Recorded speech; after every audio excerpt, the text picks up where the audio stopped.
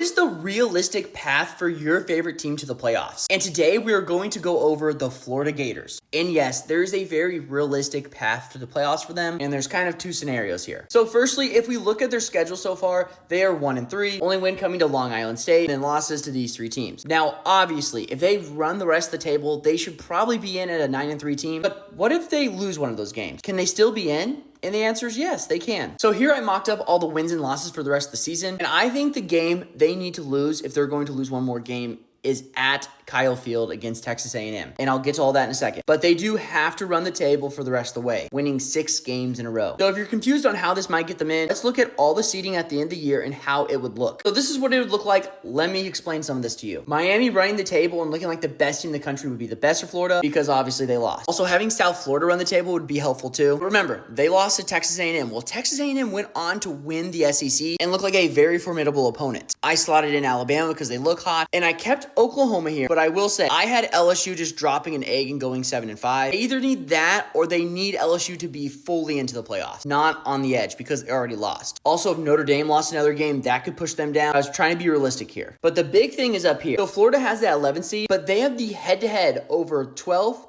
13th, 14th, and 15th. And that is why Florida has to be above all these teams. Now, Georgia, Ole Miss, they need to lose some games, but it is doable in this chaotic SEC. Also, you still want Florida State to be good, but not too good where they're up in here because Florida will have the head-to-head over them. And finally, you need these Big Ten teams to kind of beat up on each other, and same with the ACC down here. But that is the realistic shot of Florida going to the playoffs. It's really not too far-fetched as long as this team does its work and that offense finds its footing. Let me know what team you want me to do in the future.